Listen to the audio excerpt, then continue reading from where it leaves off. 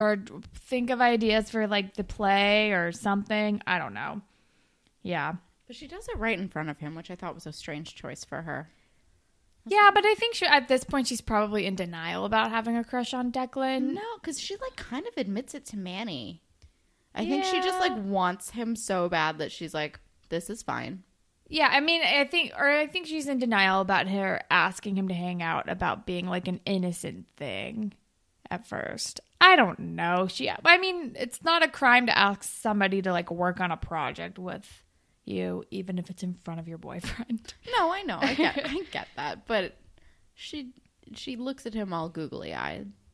I don't know. Spinner probably didn't notice. Well, no, Spinner definitely didn't notice. But yeah, I don't know. Whatever. I'm just mad at Jane. Then we move on to Casey getting groomed by the basketball coach, and I'm uncomfortable. They're in the locker room. It's a little weird, right? And yes. And he's like, you should be on the team. Because I guess he's not on the team. I thought he was already on the basketball team. He is, but they're freshmen, so they're not like on varsity or whatever. Like he's not getting put in a lot of games. Right. Like even if they're on JV because he's freshman, they're probably not getting put in a lot of games. And he said something about a midget team. So I guess they don't call it JV. Do they call it midgets? I also don't understand.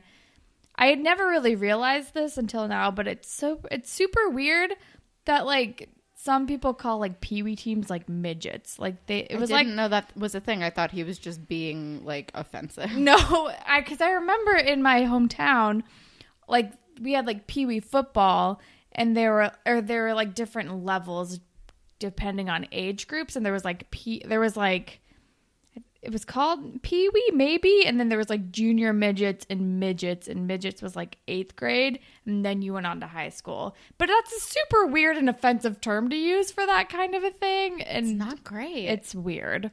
Yeah, it's super weird. So yeah, I just figured it was like underclassmen team. Yeah. Basketball coach is super hot, but also it feels creepy, right? He's creepy. Like I don't like it. Creepy. Like it feels like this is going to lead to a very special episode. Yeah. I don't know if it will, but it's definitely the vibe that he is giving off. I don't like it.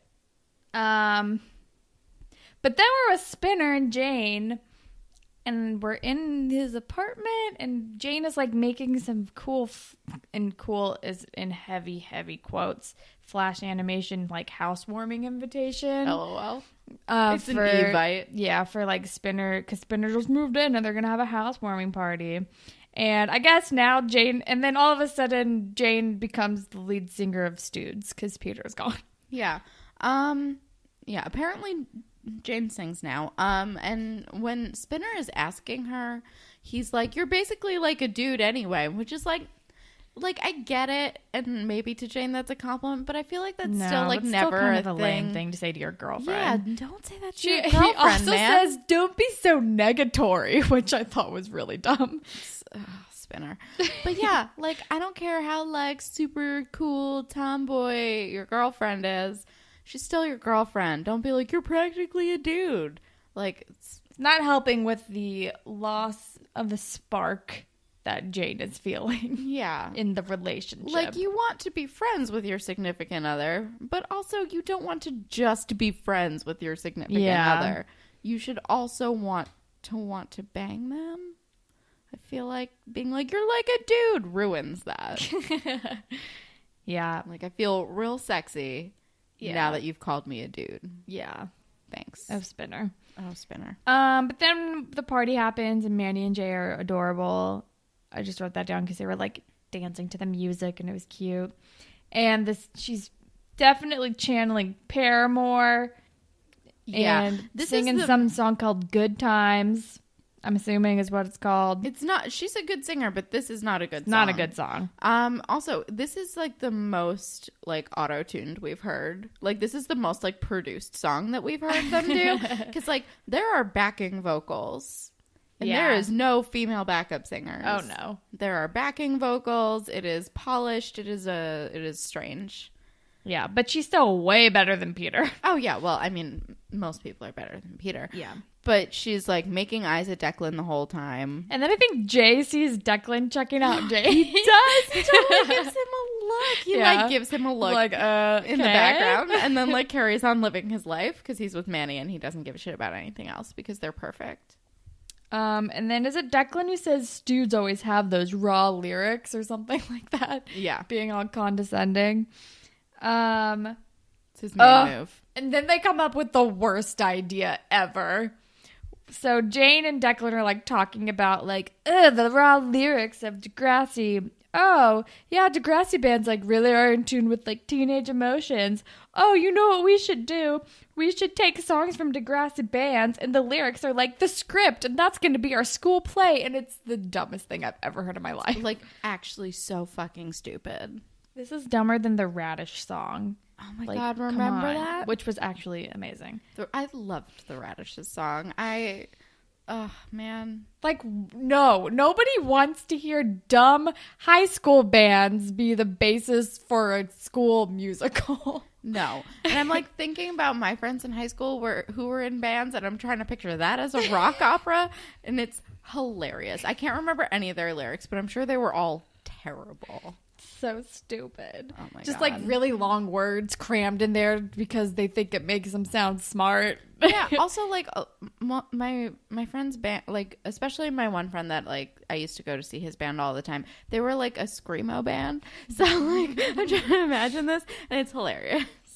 Oh God. Oh man. This is a bad idea. And then I think he says something about like, I had a great view because I wrote that down and it was like gross. And then they all leave. And then is this when? Oh, but he offers to walk Jane home. And she's like, and she thinks about it. No. She does think about it though. But then she stays. And I wrote Danger Zone. After the party, after everybody leaves and Spinner's like, hey, I like you a lot. Wait, is that when this happens? No, never mind. He talks about how he gave up on that cop college dream.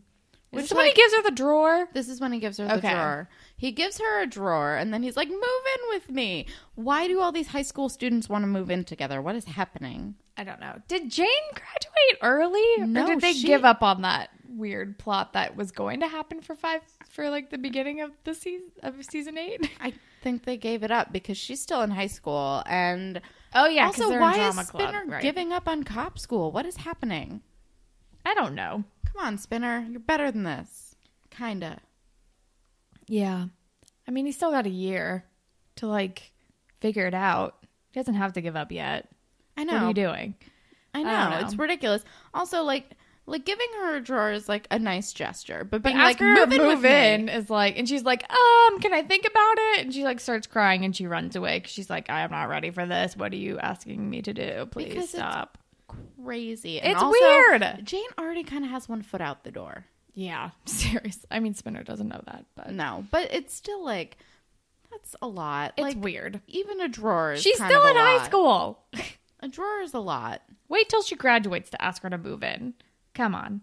Even the drawer is like, I keep repeating it just because like I can't imagine, like, because I'm trying to think of like me in high school, and if anyone that I dated in high school was like, I want you to have a drawer at my house, I'd be like, that's fucking weird. Because when you're in high school, you're not going to be able to spend the night anyway. No, I very rarely like stayed out like during high school because my mom was like really paranoid about me for solid reasons. So like I wouldn't like as soon as high school ended, like even in the summer, like it was fine, whatever, but like I would never have been able to stay at a boyfriend's house. Yeah, no. You would never spend the night at a boyfriend's house in high school. Come on. And you definitely wouldn't not enough times to like necessitate a drawer. Yeah, no. It would definitely just be like after a party, or like you lied and told your parents you were somewhere else. And that's like a one-off thing. That's not Not like an all the time, I need a drawer because I do this all the time thing. It's not like I should be keeping like clean underwear here. Right. Yeah, I don't know. Or just like pajamas or something. Seriously. Like, no. Anyway, so she runs away and is freaked out. And then we're at school, and then they're proposing their rock opera written by Degrassi bands. and the teacher loves it for some reason. And yeah, he's like, that's a great idea. I'm like, what is wrong with these people? And Jane and Declan will be producers. And then Jane like tries to like play footsie with Declan, and he like rejects her and pulls his foot away. And she's like, what? Why? Oh, wait, I have one thing that's totally unrelated. But you know how they do those like, just like those in-between scenes where you see like the front of the school? Yeah, the transition scenes. The transition scenes. There's one right in between before they're going into like the drama thing where they present their idea, and there's one, and on the like board out front that's like, Degrassi does this thing, whatever. Yeah, like the announcement board thing in front of school. It's incredible. Oh my god. What does it say? So first line says, join the LARPing Society.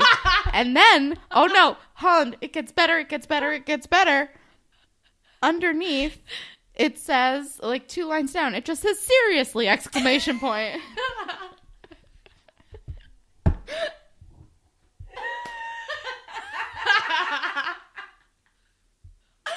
That was amazing. It was so good.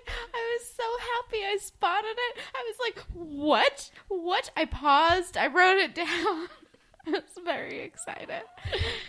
Seriously, join the LARPing Society. I remember there was this park right on campus at my college where all the LARPers would go. And it was like right by the newspaper office when I worked there. And I like when I would leave work, I would just see the LARPers and be like, I don't get it, but good. Carry on, you guys.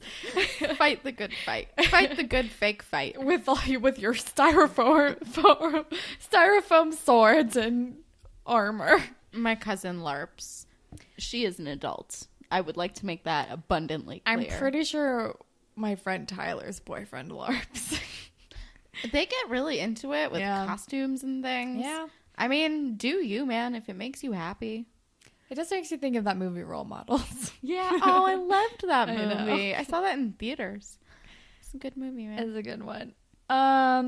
So that happens, and join the LARPing Society. And then they are like, Also, they describe it as a rock opera. I'm like, this is not fucking Tommy. Literally, my note is a rock opera stop. No punctuation, just one line. Both the words rock and opera are not applicable here. But then I think the teacher says the idea is wicked. I was like, you're trying really hard to fit in with these teens. But also, like, musical reference. Maybe?